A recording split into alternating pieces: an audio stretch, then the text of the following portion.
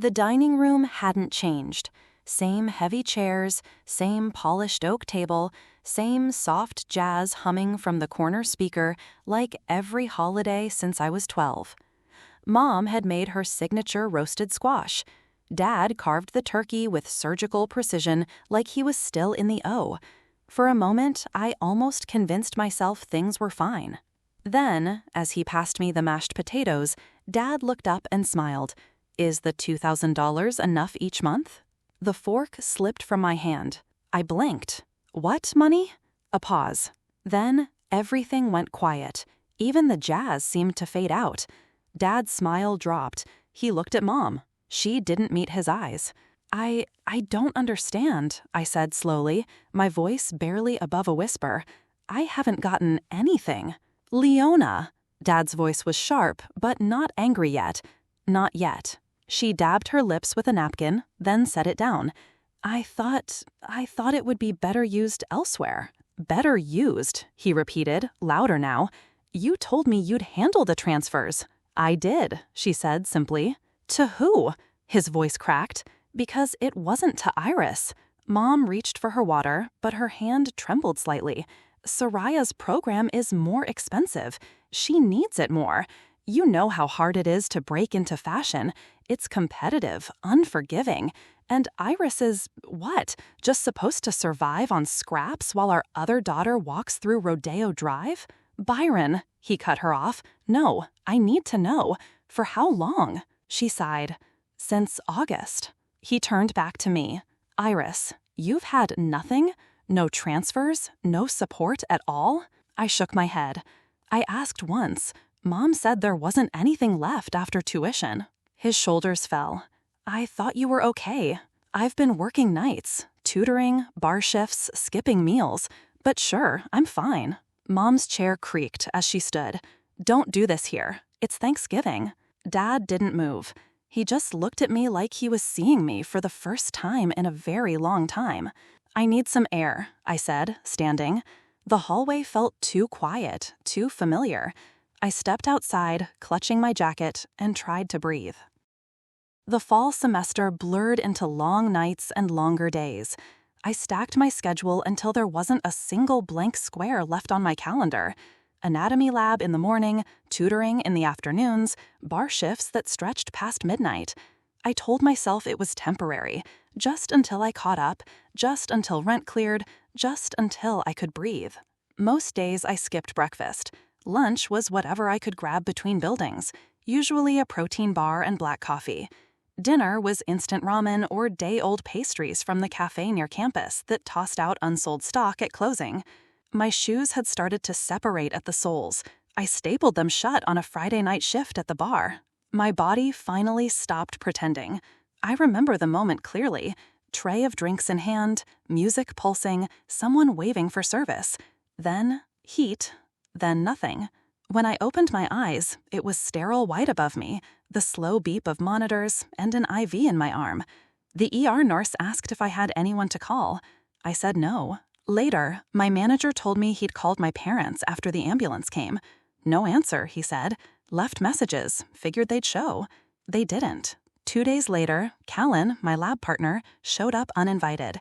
He'd heard through the grapevine, carried a plastic bag of groceries and a pan of baked ziti. I hadn't told him my address, but he found me anyway.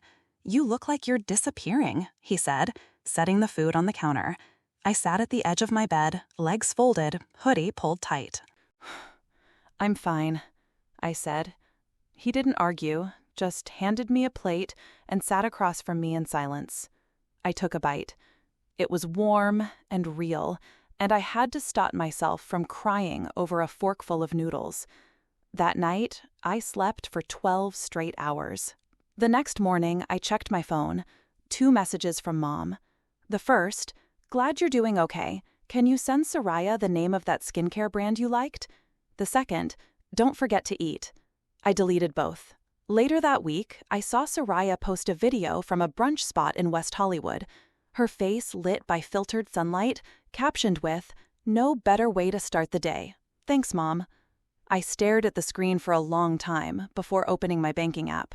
My phone screen had a thin crack running across the lower corner, splitting faces and text just enough to distort the illusion.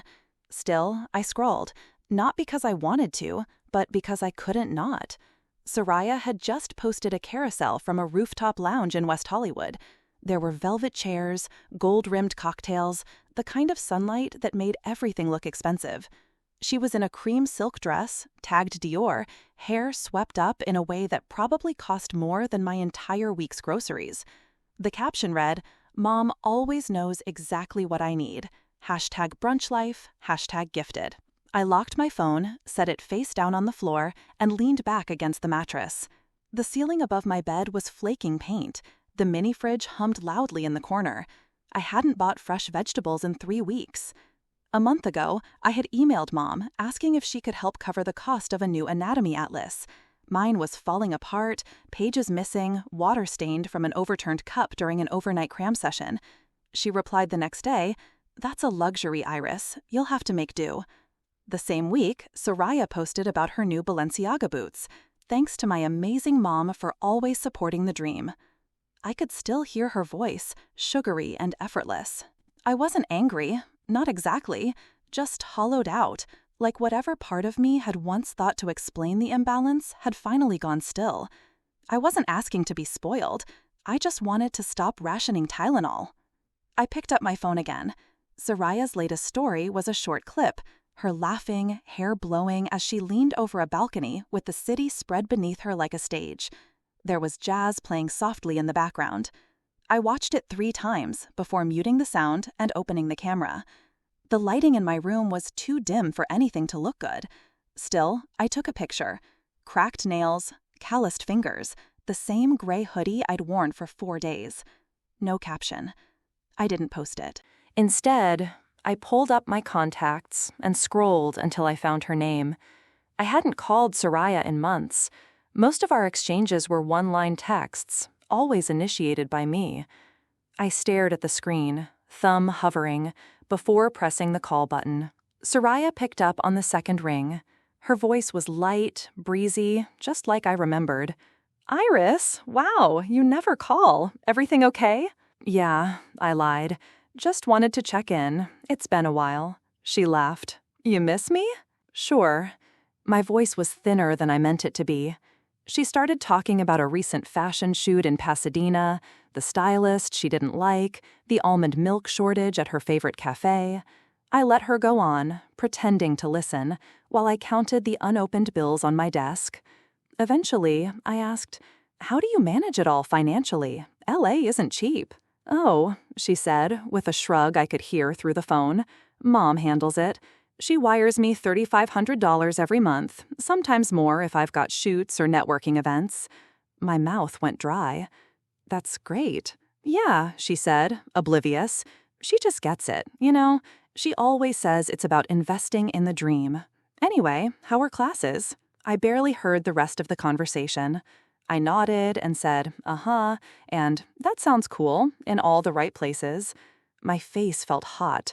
My hands wouldn't stop shaking. When we hung up, I stared at my reflection in the window. I looked pale, smaller, like something had been peeled back. I opened a new tab and searched for flights. The cheapest seat had 2 layovers and a 6-hour delay, but it would get me to Chicago in time for Thanksgiving dinner. I clicked Book Now. Then I closed my laptop, slid the tray of bills aside, and started packing. I didn't know exactly what I was going to say when I got there, but I knew I couldn't stay quiet anymore, and I knew the table I'd be sitting at would never feel the same again. We sat at the kitchen table, sunlight pouring through the same windows I used to press my spelling tests against for praise. The meal was quiet, almost careful.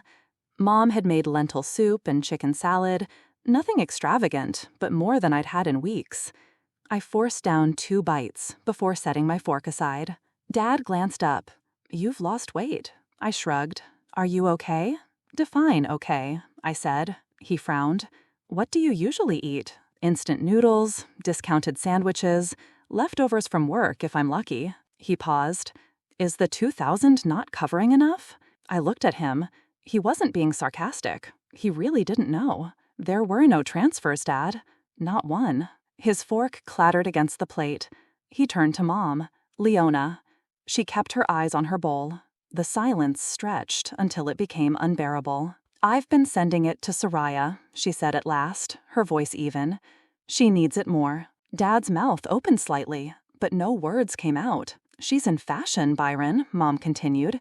It's expensive. She has events, people to meet. She has to maintain a certain image. I blinked.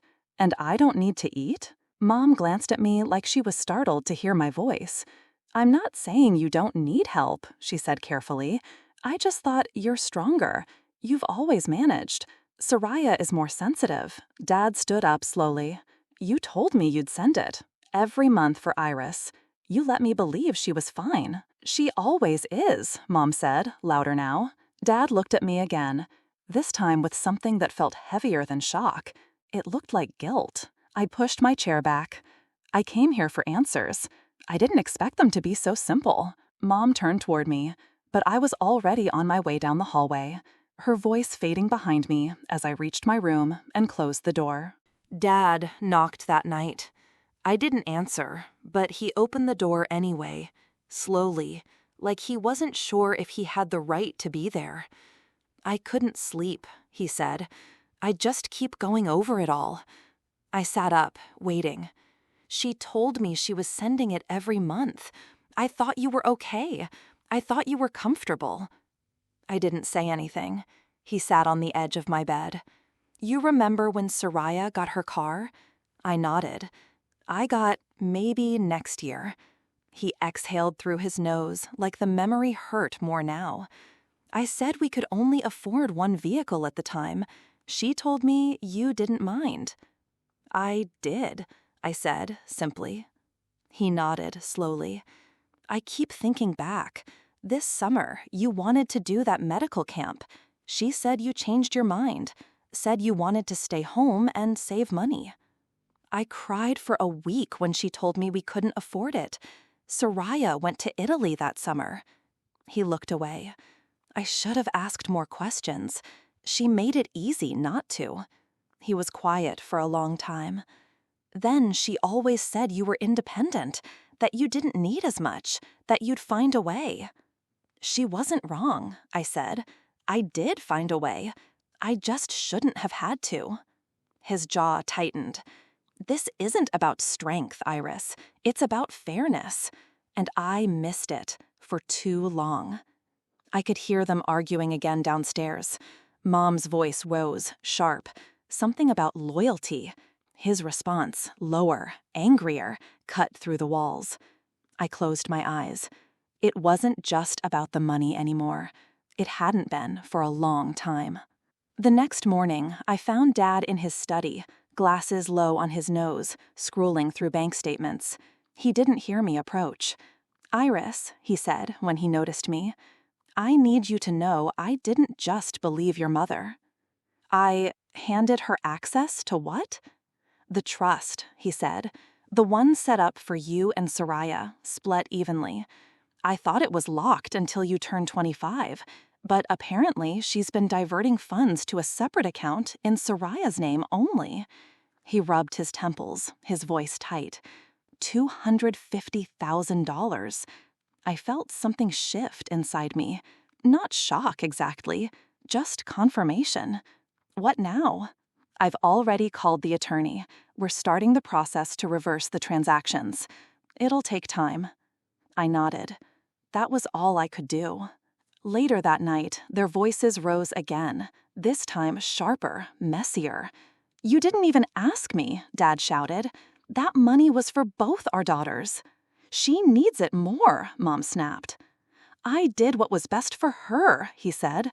Not for us, not for Iris. Hearing my name like that, loud, defended, not dismissed, sent something through me I didn't have words for. I stood at the top of the stairs, listening.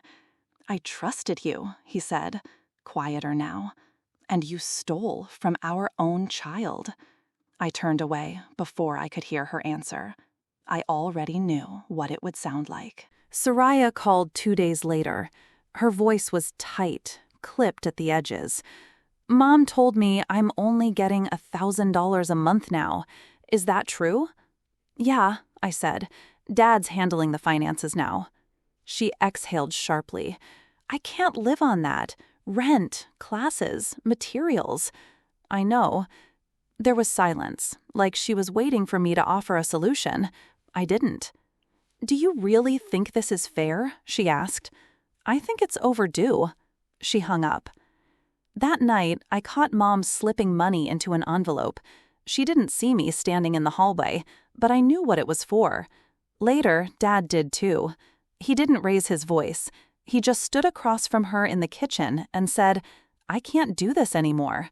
She stared at him, unblinking. I was trying to protect her. He didn't flinch.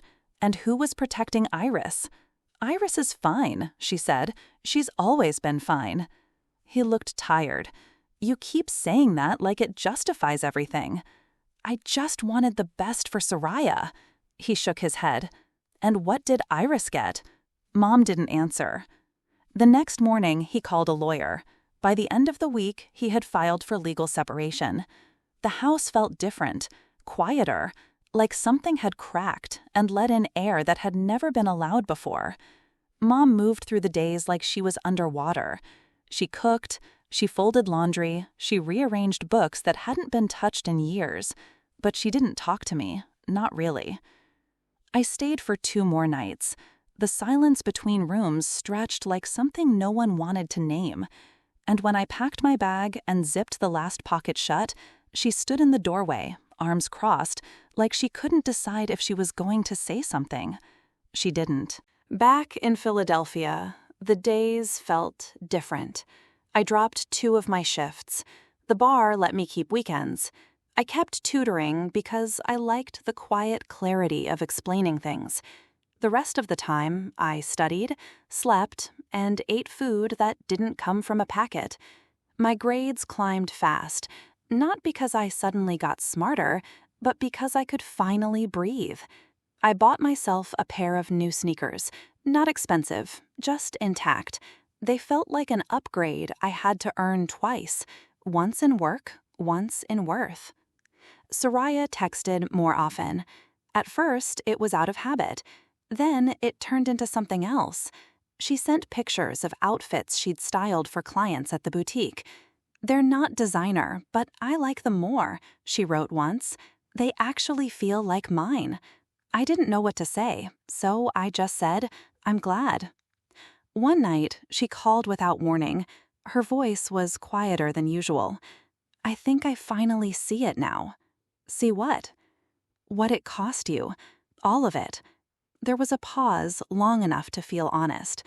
I didn't want to believe it, she said, because if I did, I'd have to admit Mom made things easier for me, and that meant she made things harder for you.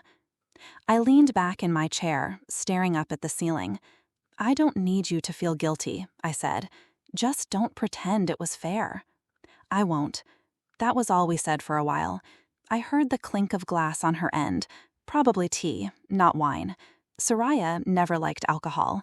She hated the taste. I always thought that was funny. She cleared her throat. Are you going home for the holidays? Not sure. Dad's going. I am too. I hesitated. Maybe we could go together, she added. I didn't say yes, but I didn't say no either. It's been a year since that dinner. I'm still in Philadelphia, still in school, but everything feels steadier now. I sleep, I eat, I study without watching the clock like it's a threat. My professors have noticed the difference. So have I. Soraya is still in LA, but she's not the same girl who used to post every brunch. She works part-time at a boutique that promotes sustainable fashion. She designs pieces from leftover fabric and talks more about craftsmanship than couture. The pride in her voice is quieter but real. Mom works at a home goods store now. She says it's temporary, but I don't ask for more. Our calls are brief, polite. There's distance neither of us knows how to cross. Dad, on the other hand, calls every week. Sometimes we talk about school, sometimes we don't. When he visits, he brings books and groceries and listens like time is no longer a luxury he has to ration. One evening, Soraya called just as I was leaving the library. "Thinking about going home for the holidays," she said, "to see Mom." I didn't say anything. "Do you want to go together?" she asked. Not for her, just to do it right this time. There was a long silence, but she didn't feel it. She just waited. I nodded before I even realized I was doing it. "Okay," I said. "Let's go." Christmas came with no grand gestures, just an early flight, 2 carry-ons, and a quiet knock at the door. Soraya and Dad went in first. I followed behind. Mom answered in a sweater I didn't recognize, plain, slightly worn. Her hair had more gray than last year. She smiled faintly. It didn't reach all the way. We sat around the same table where it all broke. The food was simple. Roasted vegetables, a store-bought pie, dry turkey Dad overcooked. No one brought up the past, but no one pretended it hadn't happened either. That, I think, was the win. We passed dishes. Soraya complimented the stuffing. Dad asked about my classes. Mom said she was still getting used to retail hours. It was honest, not warm, but honest. Later that night, I unpacked in my childhood room. The walls looked smaller. I pulled out a plain white envelope from my bag, my tuition receipt. I placed it in the drawer next to a folded note Dad had written a few months back. It read, "This is yours, not because you earned it, but because I finally saw you." I read it once more before closing the drawer.